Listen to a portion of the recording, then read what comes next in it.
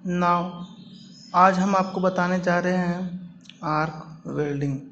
Arc welding होता क्या है, सबसे पहले समझिए आर्क होता क्या है। ठीक है, देखिए ये आपका क्या है, कैथोड। ठीक है, और ये है आपका एक वर्कपीस। कैथोड से जो स्पार्क निकलता है, ठीक है, उसको हम बोलते हैं आर्क।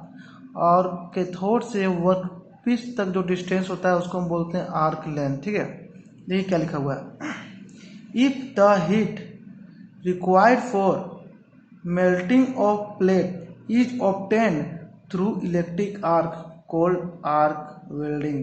ठीक है, हीट का रिक्वायरमेंट जब हो किसके लिए, किसी प्लेट को मेल्ट करने के लिए, किसके थ्रू, एक इलेक्ट्रिक आर्क के थ्रू, उसे हम बोलते हैं आर्क वेल्डिंग।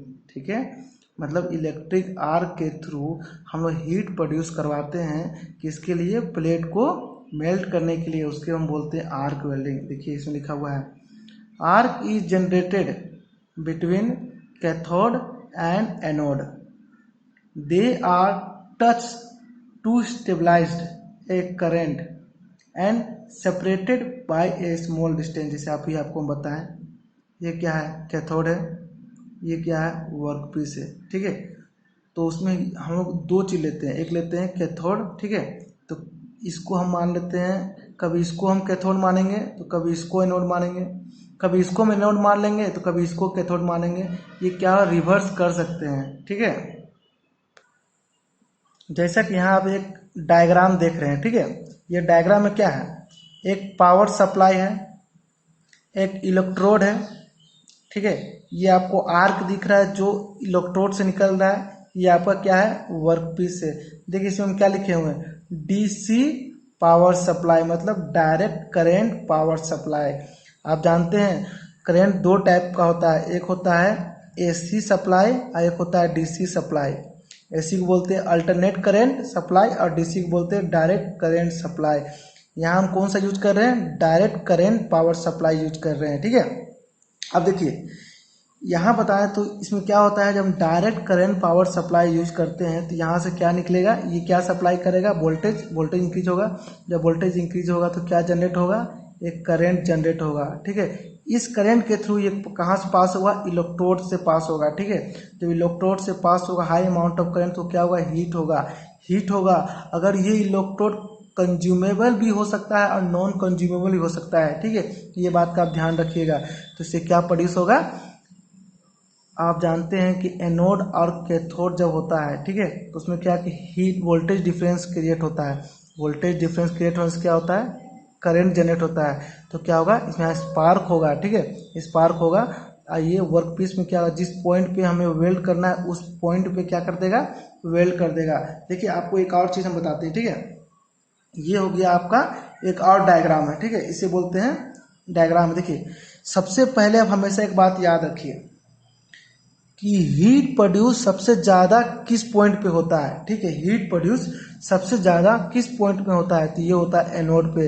ये इंपॉर्टेंट है, इसे आप याद रखिएगा हमेशा कि एनोड पे 67% ऑफ हीट जनरेट होता है कैथोड के कंपैरिजन में।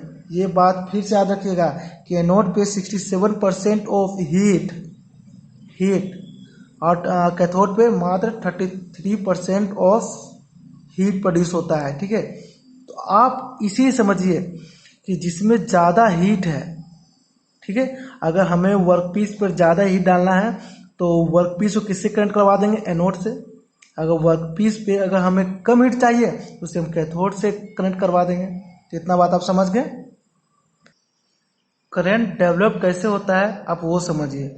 इससे पहले आप डायग्राम में देखे थे कि डायरेक्ट करंट पावर सप्लाई से, ठीक है, देखिए डायरेक्ट करंट पावर सप्लाई से क्या हो रहा था, करंट प्रोड्यूस हो रहा था। ठीक है, तो यहाँ आपको हम डिफाइन कराते हैं एक अच्छा से, जिसमें आप समझिएगा क्या लिखा हुआ है, because of very high velocity of electron the kinetic energy increase and impingement on the surface of anode, then kinetic energy converted into heat energy। तो क्या बोल रहा है कि because of very high velocity of electron, ठीक है। Power supply हम जब भी करेंगे, जैसे हम पावर सप्लाई करेंगे वोल्टेज डिफरेंस होगा तो इलेक्ट्रॉन्स में क्या हो जाएगा, हाई वेलोसिटी आ जाएगा, इलेक्ट्रॉन्स में आ जाएगा हाई वेलोसिटी।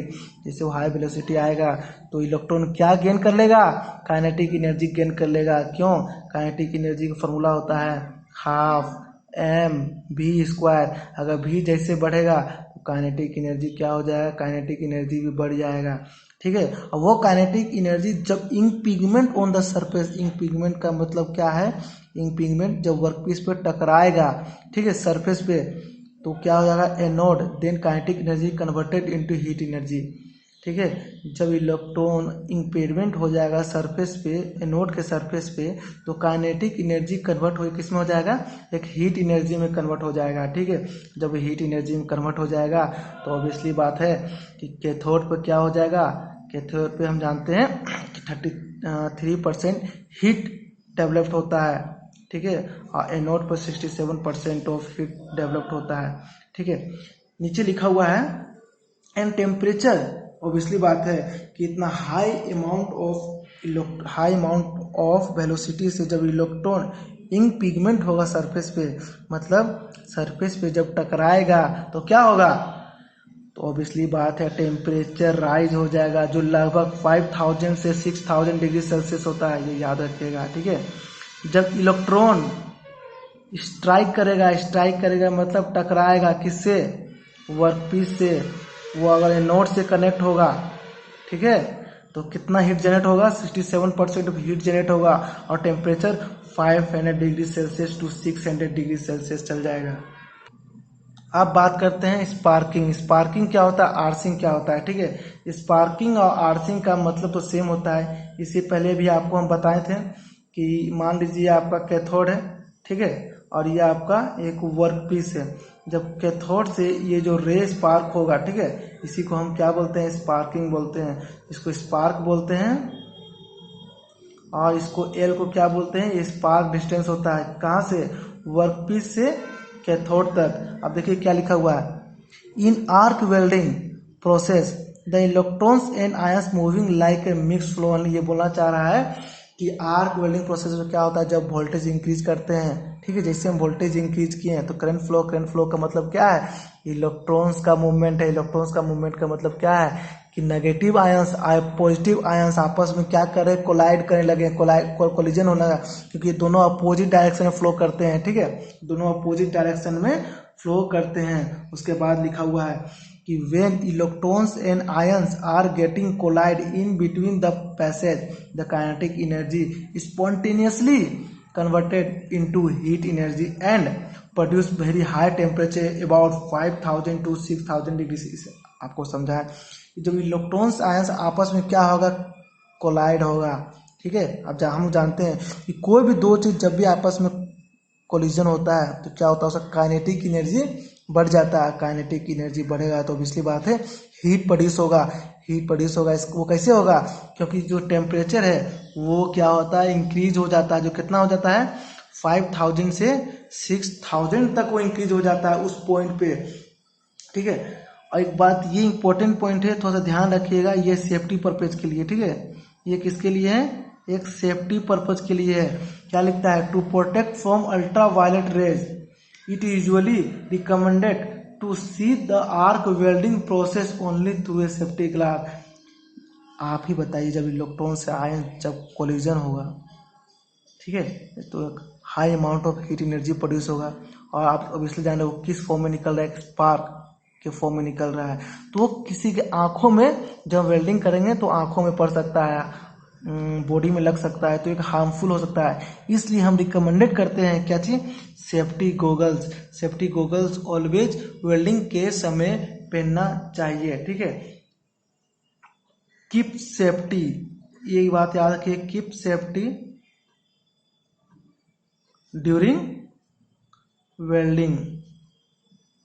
वेल्डिंग के समय हमेशा सेफ का ध्यान रखना चाहिए। जैसे इससे पहले हम बताए थे कि एनोड पे कितना हीट जनरेट हो रहा था, तो 67%।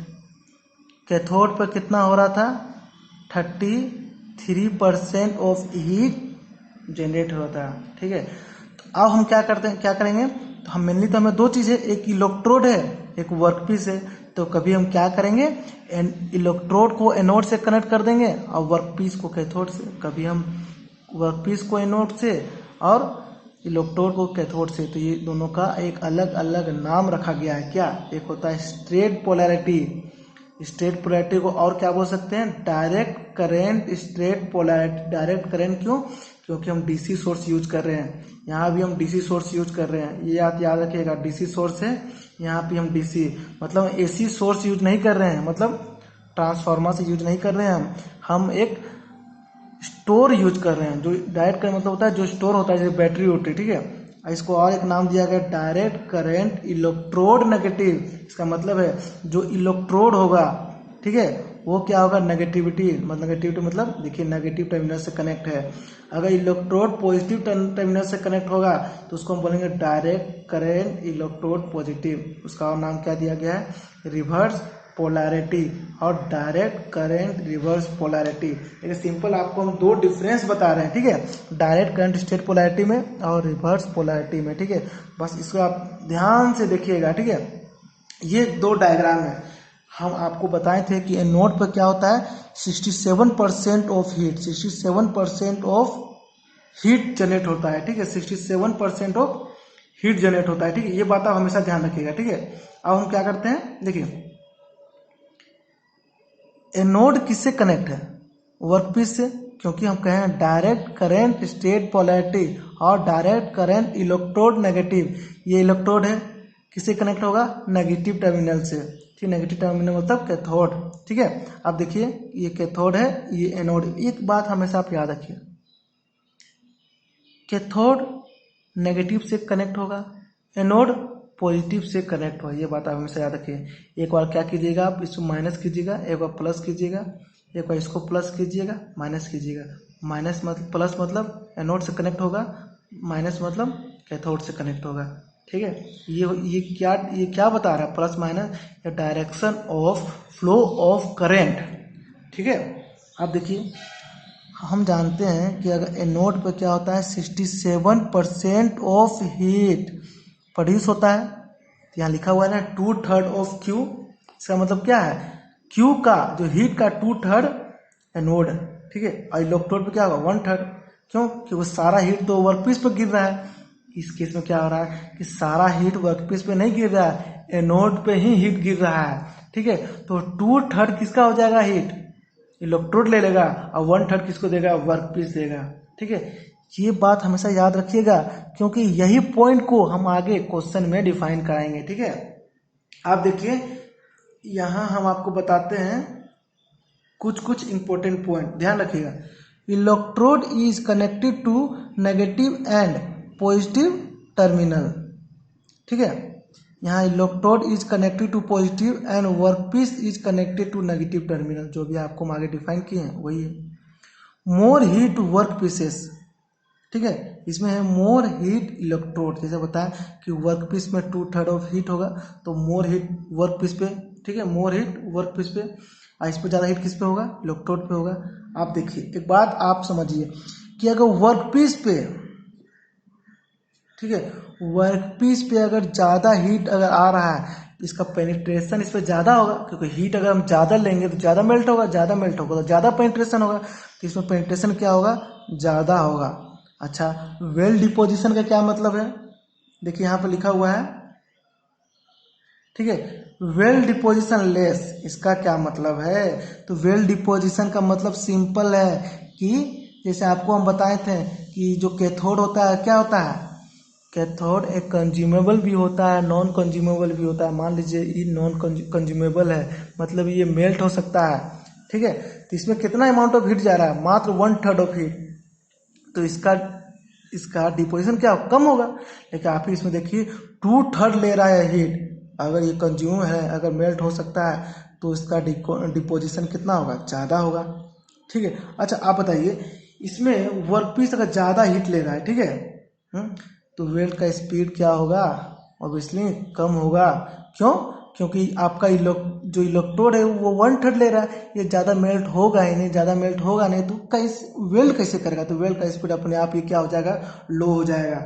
ठीक है, वेल्ड का स्पीड लो हो जाएगा, वो आप डायग्राम याद रखे हैं। ठीक है, अब देखिए used for high melting point, आप ही बताइए, इसमें आप याद रख लीजिए कि वर्कपीस पे क्या हो रहा है, वर्कपीस किससे कनेक्ट है, वर्कपीस कनेक्ट है एनोड से, एनोड कितना हीट जनरेट करता है, 67% ऑफ हीट, ये बात आप याद रख लीजिए। अब देखिए use for high melting point, obviously बात है कि अगर वर्कपीस पे ज़्यादा हीट आ रहा है तो हम हाई मेल्टिंग पॉइंट जिसका होगा जो वर्कपीस मटेरियल का, उसको भी वेल्ड कर सकते हैं आसानी से, तो इसमें हम यूज करेंगे हाई मेल्टिंग पॉइंट। लेकिन इसमें ऑब्वियसली कौन सा यूज करेंगे, लो मेल्टिंग पॉइंट ना, क्यों कि इस पे वर्कपीस पे हीट 1/3 आता है, मात्र आ रहा है 1/3, तो ऑब्वियसली बात है लो मेल्टिंग पॉइंट यूज करेंगे। अब देखिए use for high thickness work pieces, obviously high heat है, अगर जैसा 2/3 ऑफ हीट ले रहा है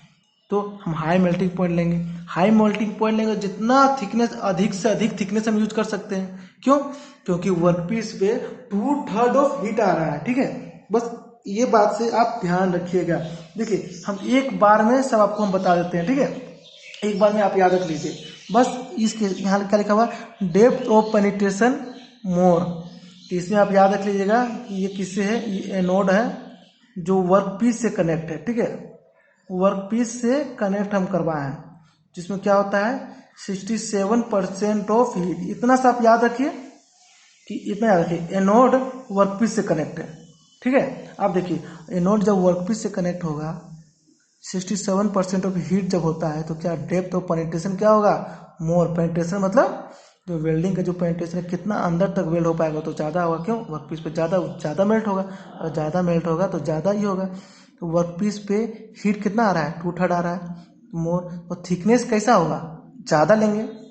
ठीक है, और मेल्टिंग पॉइंट वो भी ज़्यादा होगा। 2-3 चीज़ का आप ध्यान रखिएगा कि अगर एनोड वर्कपीस से कनेक्ट होगा तो depth of penetration more, thickness more, high melting point workpiece में हम ज़्यादा लेंगे। ठीक है, लेकिन अगर इलेक्ट्रोड का बात करें तो इलेक्ट्रोड पे क्या होता है, इलेक्ट्रोड पे 1/3 आ रहा है हीट, तो इसमें डिपोजिशन रेट क्या हो जाएगा, कम हो जाएगा, मेल्टिंग ऑफ इलेक्ट्रोड क्या हो जाएगा, इलेक्ट्रोड कितना मेल्ट हो जाएगा, ये भी लेस हो जाएगा। ठीक है,